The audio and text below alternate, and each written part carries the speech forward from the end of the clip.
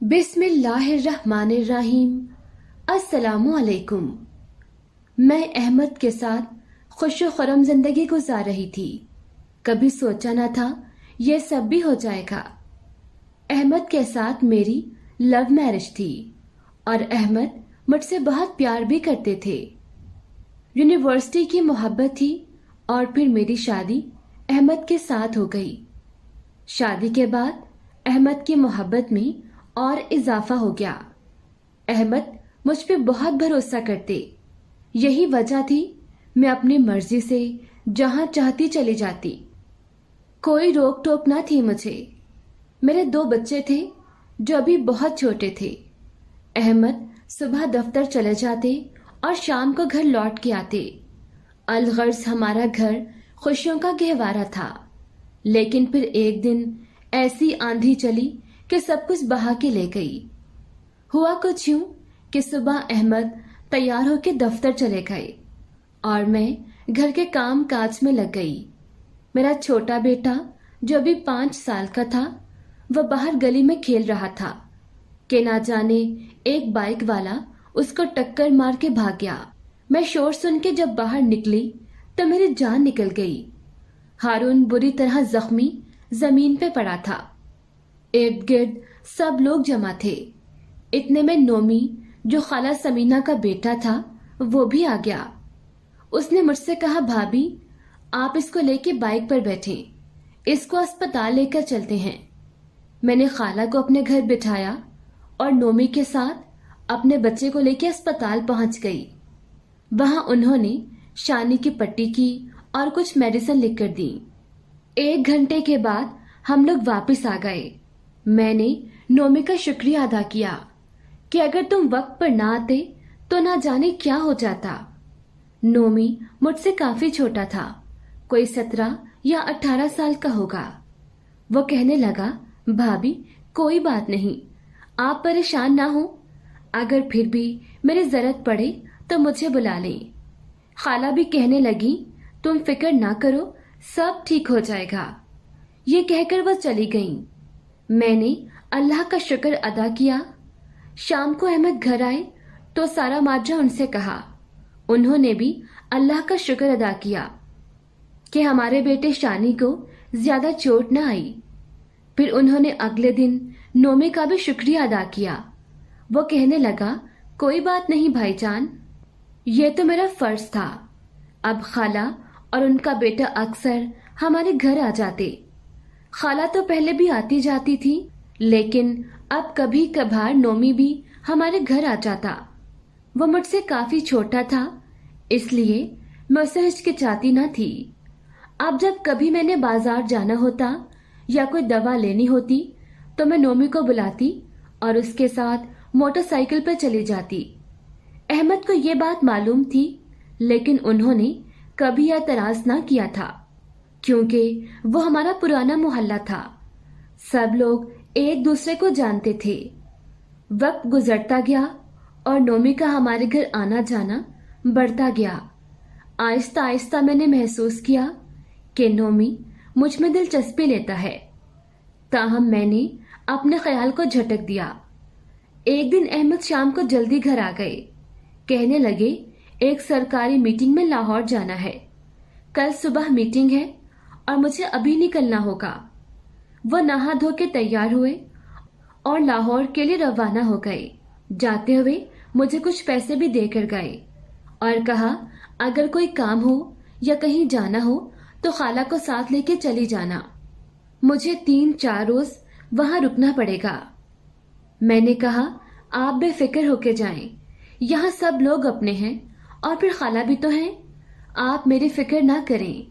अहमद को गए अभी 2 ही दिन हुए थे कि मेरी तबीयत खराब हो गई। मैंने खाला को बुलाया। खाला घर पे ना थी। पता चला वो अपनी बहन से मिलने गई हैं। नोमी घर पे था, वो फौरन आ गया। मैं बिस्तर पे लेटी थी, मेरे पास मेरी मुलाजिमा खड़ी थी। मैंने उससे कहा, मेरे लिए और नोमी के लिए चाय बना के लाओ, फिर मैं इसके साथ डॉक्टर पे चलती हूँ। नोमी मेरे पास कुर्सी पे बैठ गया। फिर नोमी ने मेरा हाथ पकड़ा और कहने लगा, आपको तो बहुत तेज बुखार है। कहने लगा, आप चाय रहने दें। मैंने कहा, नहीं, सुबह से कुछ नहीं खाया, इसलिए कमजोरी महसूस हो रही है। फिर हम दोनों ने चाय पी, बच्चों को मुलाजिमा के हवाले किया और खुद मैं नोमी के साथ डॉक्टर के पास चली गई। डॉक्टर ने दवा दी और हम दोनों घर वापस आ गए। घर आके नोमी मेरे पास बैठ गया। हम दोनों बातें कर रहे थे कि अचानक उसने मेरा हाथ पकड़ लिया और कहने लगा, आप मुझे बहुत अच्छी लगती हैं। मैंने एक जोरदार कहकहा लगाया और उसकी बात को मजाक में टाल दिया। मैंने कहा, अच्छा, अब तुम जाओ और मुझे कुछ आराम करने दो। वह मुस्कुराता हुआ चला गया। मैं उसे छोटा बच्चा समझती थी, लेकिन आज वाली बात ने मुझे बहुत कुछ सोचने पे मजबूर कर दिया। मैं जानती थी कि मेरे सारे काम खाला और नोमी ही करते हैं। मेरे शौहर दफ्तर के कामों में इतने मसरूफ होते थे कि उनके पास तो वक्त ही न था। इसलिए मैं नोमी को अपने घर आने से मना भी नहीं कर सकती थी, क्योंकि मैं जानती थी फिर मेरे सारे काम कौन करेगा। खैर, 4 दिन के बाद अहमद वापस आ गए और मैं फिर से अपने कामों में मशगूल हो गई। मैं अहमद से कोई बात न छुपाती, हर बात उनको बता देती कि मैं कहाँ गई और किसके साथ गई। यही वजह थी वह मुझ पे एतबार करते। यूं ही वक्त गुजरता जा रहा था। एक दिन खाला समीना आई तो कहने लगी कि मैंने नोमी के लिए अपनी बहन की लड़की को पसंद कर लिया है और अगले महीने तारीख भी पक्की कर दी है। नोमी के वालिद का एक जनरल स्टोर था जो अच्छा खासा चलता। नोमी अपने अब्बू के साथ स्टोर पे बैठता था। दिन को उसके अब्बू ड्यूटी करते और शाम को नोमी वहां जाता। खाला समीना ने मेरी ड्यूटी लगा दी कि नोमी की शादी की सारी तैयारियां तुमने मेरे साथ करवानी है। मैं भी उसकी शादी की तैयारियों में लग गई। अब जहां बाजार जाना होता, जो भी खरीदारी करनी होती, खाला मुझे साथ लेकर जाती। कभी कभार नोमी भी हमारे साथ जाता। वो अब भी मुझसे पहले की तरह हंस के बातें करता। एक दिन ऐसा हुआ, हम लोग शॉपिंग करके वापस आए तो कुछ जोड़े खाला की बेटी को पसंद न आए। खाला मुझे कहने लगी, तुम ऐसा करो, नोमी के साथ जाओ और तब्दील करवा के ले आओ। मरती क्या ना करती। मैंने कहा, अच्छा, आप तो मुलाजमा जाने वाली होगी, आप ऐसा करें, मेरे बच्चे संभाल लें, मैं नोमी के साथ जाके तब्दील करवा लाती हूँ। हम दोनों बाजार चले गए, जोड़े तब्दील करवाए। दुकान से बाहर निकले तो तेज बारिश हो रही थी। नोमी कहने लगा, चले, यहाँ पास ही फ्रूट चाट की दुकान है, वहां चल के फ्रूट चाट भी खाते हैं और बातें भी करते हैं। हम दोनों फ्रूट चाट की दुकान पे जाके बैठ गए और फ्रूट चाट खाने लगे। हम दोनों 1 घंटा वहां बैठे रहे, लेकिन बारिश थी, थमने का नाम न ले रही थी। इसी दौरान नोमी नॉनस्टॉप बातें करता रहा। वह बहुत बातूनी किस्म का लड़का था। 1 घंटे में उसने ना जाने कितने लतीफे मुझे सुनाए कि वक्त गुजरने का एहसास न रहा। खैर, बारिश बंद हुई, हम लोग घर को रवाना हो गए। घर पहुंचे तो अपने दरवाजे के सामने उतर गई। मैंने उसे कहा, मेरे बच्चे मेरे घर भेज देना। वो भी मेरे साथ अंदर आ गया। कहने लगा, अच्छा, 1 कप चाय तो पिला दें। हम दोनों आके कमरे में बैठ गए। मैं पूरी तरह से थक चुकी थी। मैं आते ही बिस्तर पे लेट गई। मैंने उससे कहा, अब वो जाए और जल्दी से बच्चों को लेकर आए। वो उठा और कमरे का दरवाजा बंद कर दिया। फिर ना चाहते हुए भी मुझसे वो गुनाह हो गया जिसका तसव्वुर भी ना कर सकती थी।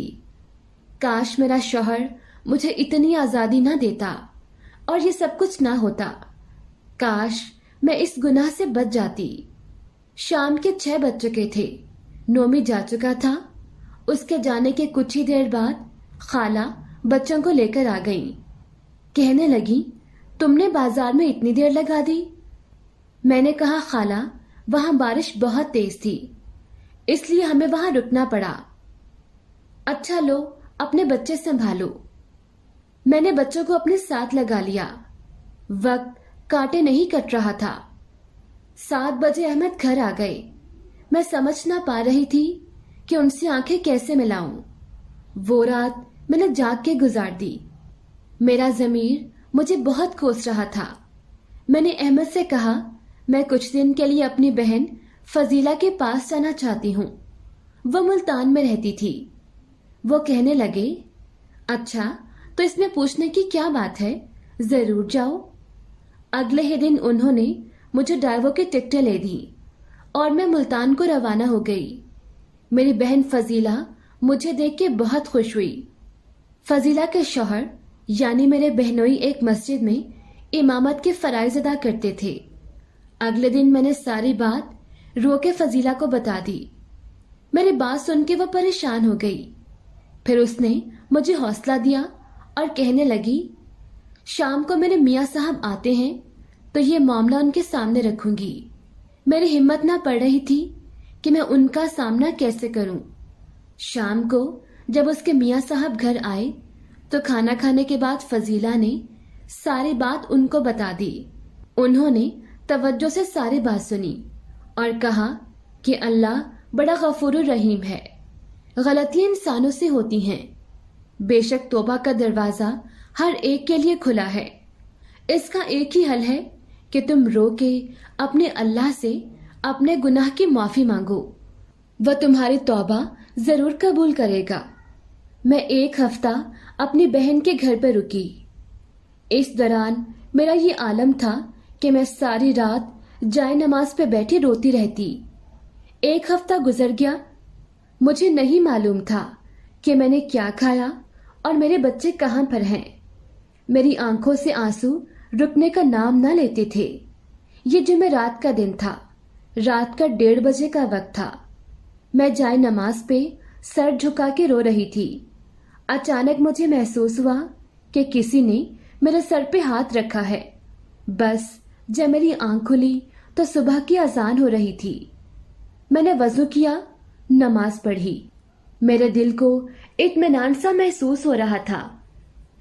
मैंने नाश्ता किया और फजीला से कहा कि अब काफी दिन हो चुके हैं, मैं अब वापस जाना चाहती हूँ। उसने बहुत इसरार किया कि अभी और रुक जाओ। मैंने कहा, नहीं, अहमद घर पे अकेले हैं और मुझे जाना चाहिए। उसी शाम मैं अपने घर वापस पहुंच गई। उस दिन के बाद मैं फिर से कभी खाला के यहाँ न गई। खाला कई बार आईं और मुझे बुलाती रहीं। मैं किसी न किसी बहाने से उनको टाल देती। मैंने कहा, जो भी काम हो आप मुझसे यहीं करवा लें। खैर, उन्होंने मेरी बात का बुरा महसूस ना किया। नोमी की शादी हो गई। मुझे ना चाहते हुए भी उसमें शिरकत करना पड़ी। ताहम सिर्फ शादी वाले दिन कुछ देर के लिए मैं उनके घर पे गई। शादी के कुछ माह के बाद मैं उम्मीद से हो गई। अब मेरे ज़मीर का बोझ बढ़ने लगा था। क्या इस बच्चे को दुनिया में आना चाहिए या नहीं? वक्त गुजरता गया। मैंने एक बेटी को जन्म दिया। मैं अभी अल्लाह से रो के अपने गुनाह की माफी मांगती थी। अहमद बेटी की पैदाइश पे बहुत खुश थे। अब वो पहले से भी ज्यादा मेरा ख्याल रखते, क्योंकि उनको बहुत अरमान था कि उनकी भी बेटी हो और अल्लाह ने अब ये ख्वाहिश पूरी कर दी थी। वक्त गुजरता गया, यहाँ तक कि 2 साल बीत गए। नोमी की बीवी उसको औलाद की खुशी न दे सकी। जब खाला ने अपनी बहू को बांझ होने के ताने दिए तो उसने अपना चेकअप करवाया। लेडी डॉक्टर ने बताया वो एक मुकम्मल औरत है और उसको चाहिए कि अपने शौहर का चेकअप करवाए। जब खाला के ताने बढ़ते गए तो नोमी की बीवी ने नोमी से चेकअप करवाने को कहा। नोमी का चेकअप हुआ तो पता चला वो बाप बनने के काबिल नहीं। जब मुझे इस बात का पता चला तो मैंने अल्लाह का लाख शुक्र अदा किया। मेरे ज़मीर पर जो बोझ था अब उतर चुका था। मुझे यकीन सा हो गया था कि ये अहमद की ही बेटी है। नोमी की बीवी पढ़ी लिखी और तेज मिजाज की थी। उसने नोमी से अलहदगी इख्तियार कर ली। आज जब भी ये वाकया याद आता है تو میں جائے نماز پہ سر رکھ کر روتی ہوں۔ اپنی تمام بہنوں سے گزارش کرتی ہوں کہ کبھی کسی غیر مرد کو اپنے گھر نہ آنے دیں، چاہے تو عمر کا کتنا بھی فرق کیوں نہ ہو۔ اللہ تعالیٰ سب عورتوں کی عزت کو محفوظ رکھے۔